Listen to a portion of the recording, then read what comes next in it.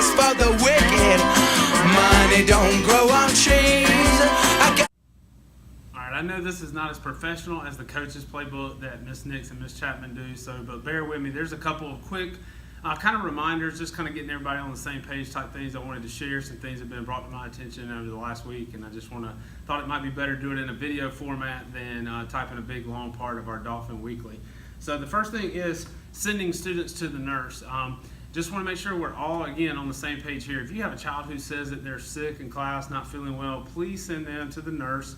I know sometimes that we have to kind of use judgment of whether or not the child is really sick, but if you don't send them and they do get sick, then you're going to have to deal with a parent phone call with someone who's not happy you didn't send them. The biggest reason that this has come to my attention is that I think we have some folks who are probably in good faith really trying to make communication with the parents, letting them know little Johnny was sick, but that we have parents that have shown up to the school wanting to sign their child out, saying that the teacher texted them and told them that they were sick, and the nurse hasn't seen them. And so we can't sign off for that. They can't be excused or anything like that. So we just want to follow the proper procedure. So send the child to the nurse, let Nurse Barksdale look at the child, the student, make that evaluation determination. She will contact the parents if they need to pick them up. So if you'll help me out with that, we'll be all on the same page there. Next thing, urgency. The best way I can put this, and just sharing this, we all have a lot to do. We have a lot on our plates, and the most important thing is the kids and the instruction and the teaching and the safety going on. So please make sure every minute counts. Teachers, work with a sense of urgency. We want everyone. We want you to teach with a sense of urgency. We want our staff members, if you're food service, custodial staff, classified, front office, everything is working with a sense of urgency, that there's an importance for being here, and we just don't want to lose or waste any time. And bottom line, work like you would expect your own child's teachers, administrators, or school personnel to work. SLOs. We're signing off on those, trying to get them all done, signing off in SC Lead.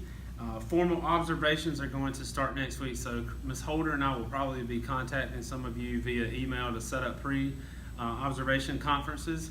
We'll do the observations and then we'll do the post-conferences. Now, in saying that, please bear with us because that obviously takes a lot of time for us.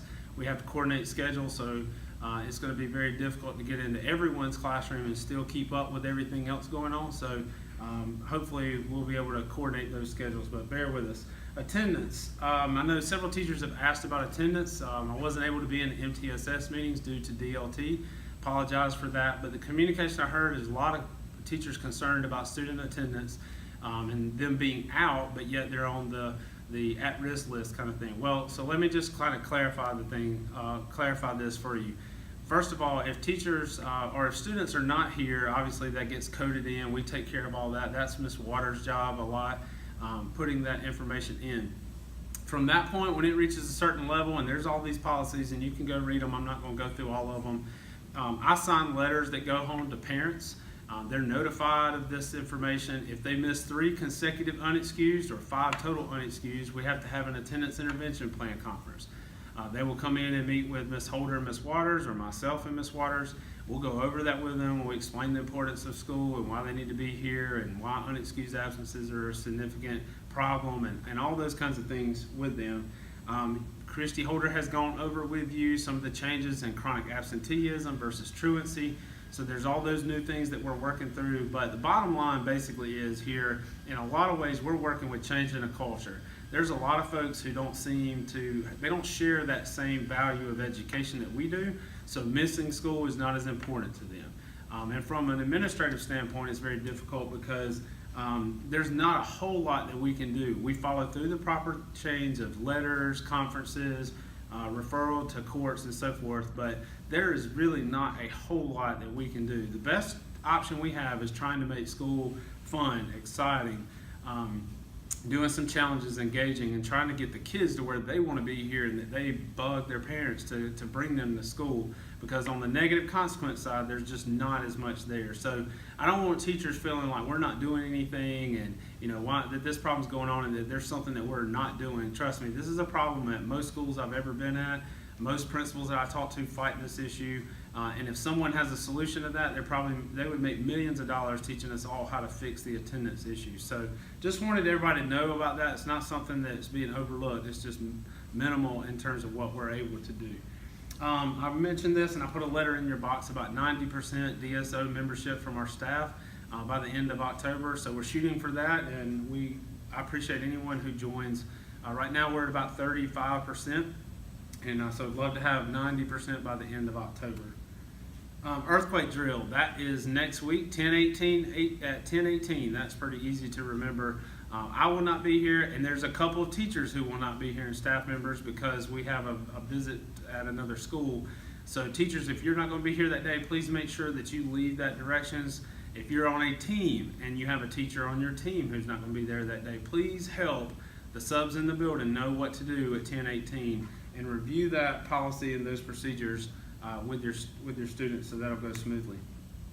Monday, most of you've already signed up in PD Express, and there'll be people all over the place. Some face to face, some doing some things online. Jeans and collared shirt is kind of the dress for that day for anyone. And then that afternoon, mostly working in the classrooms. There are some folks that are going to be meeting, I think, with Ms. Chapman and Ms. Nix, and they'll be around. And I may ask to talk to a couple folks, but nothing as a formal whole group.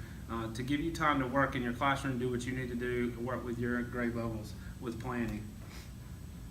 All right, a couple safety things. 2895 pound is how you do an all call from any phone in our building. Now, I learned something just over the couple today actually.